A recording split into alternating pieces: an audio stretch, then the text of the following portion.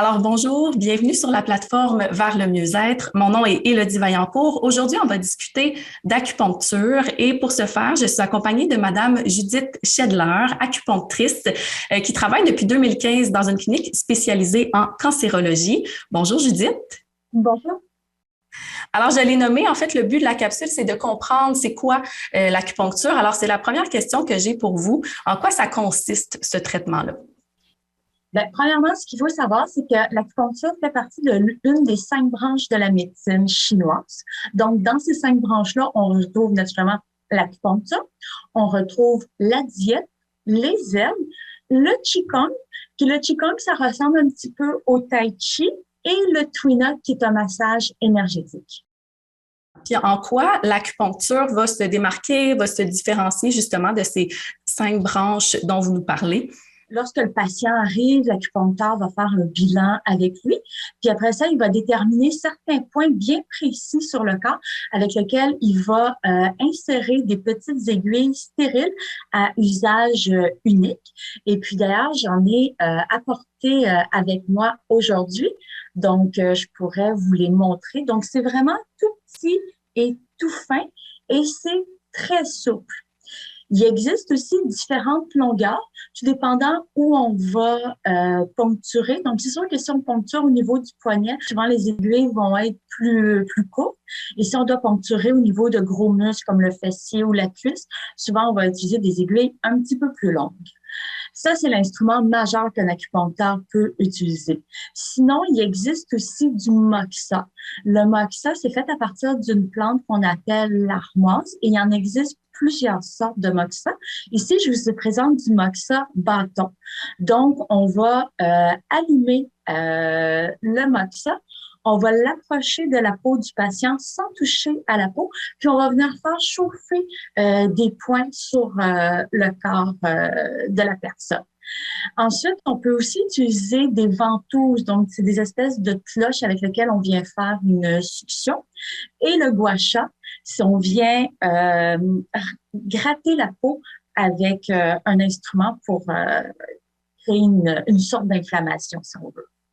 Excellent. Donc, contrairement à ce qu'on peut penser, ce n'est pas uniquement les aiguilles qui sont utilisées. Là, vous avez quand même plusieurs instruments. Puis, je me demande, en fait, qui va se retourner vers l'acupuncture? C'est qui votre clientèle? Pour quelles raisons on vient avoir recours à un traitement d'acupuncture également? Tout le monde peut venir en acupuncture, donc que ce soit un bébé, un enfant, un adolescent, une personne âgée, il n'existe aucun âge minimal ou maximal pour venir là en acupuncture. Tout le monde peut bénéficier de ce traitement-là. Parfait. Puis, souvent, les clients veulent venir traiter quel genre de problématique? Pourquoi on se retourne là, vers l'acupuncture? C'est quoi l'objectif? Qu'est-ce qu'on vient chercher comme client, comme patient lorsqu'on vient vous rencontrer? C'est sûr que la douleur est une des raisons principales pourquoi les gens viennent. Donc, que ce soit des tendinites, des douleurs au bas du dos, aux épaules. Mais on peut penser aussi aux migraines, aux douleurs menstruelles. Ensuite de ça, il y a l'insomnie, l'anxiété, le stress, les problèmes digestifs. C'est souvent des raisons de consultation pour lesquelles les gens vont venir en acupuncture. OK, donc c'est quand même très varié.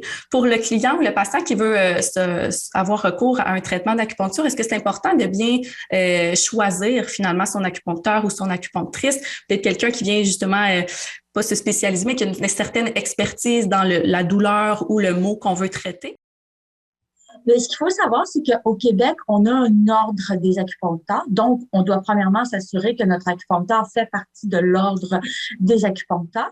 Ensuite de ça, si jamais on veut avoir un traitement plus pour un enfant ou fertilité ou encore en oncologie, on doit aussi s'assurer que notre acupuncteur a suivi une formation adéquate à ce niveau-là pour être en mesure de bien nous traiter. Et maintenant, si on parle des frais, donc des coûts qui sont engendrés, c'est quoi les montants qu'on peut prévoir là, lorsqu'on veut avoir un traitement en acupuncture? Ce qu'il faut savoir, c'est que la majorité des assurances privées vont couvrir l'acupuncture en totalité ou en partie. Et puis, tout dépendant aussi de la région où on se trouve au Québec, les montants vont varier. Donc, en général, ça va être entre 60 et 100 dollars le traitement. Et est-ce qu'il y a un nombre de séances ou un nombre de traitements précis qu'une personne ou un patient va recevoir ou ça va être plutôt variable? C'est une bonne question. Ça va beaucoup dépendre de la raison de consultation, de la santé générale du patient. Si le problème aussi est là depuis 20 ans ou si la problématique est là depuis 2 semaines, souvent aussi, ça va changer beaucoup la donne pour le nombre de traitements que le patient va devoir recevoir. Pour donner une moyenne aux gens qui nous écoutent, une femme qui vient pour bouffée de chaleur, en général, entre 6 à 8 traitements, on arrive à bout des bouffées de chaleur, soit des diminuer ou des arrêter. C'est là. Puis vous mentionnez, bon, ça dépend si ça fait très longtemps que les maux sont présents ou que la problématique est présente. Est-ce que c'est important justement de consulter rapidement dès l'apparition des problématiques? On devrait rapidement se retourner vers un acupuncteur? Dans un monde idéal, oui.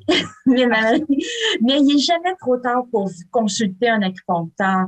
Donc, même si ça fait des années qu'on a cette problématique-là, on peut toujours aider. Mais plus que les gens viennent rapidement, moins que ça va prendre de traitement souvent. Bien, merci beaucoup d'avoir démystifié ce qu'est l'acupuncture. Je pense que ça a bien éclairé en quoi ça consiste.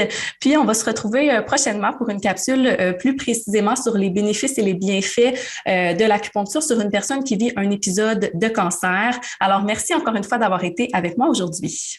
Merci à vous.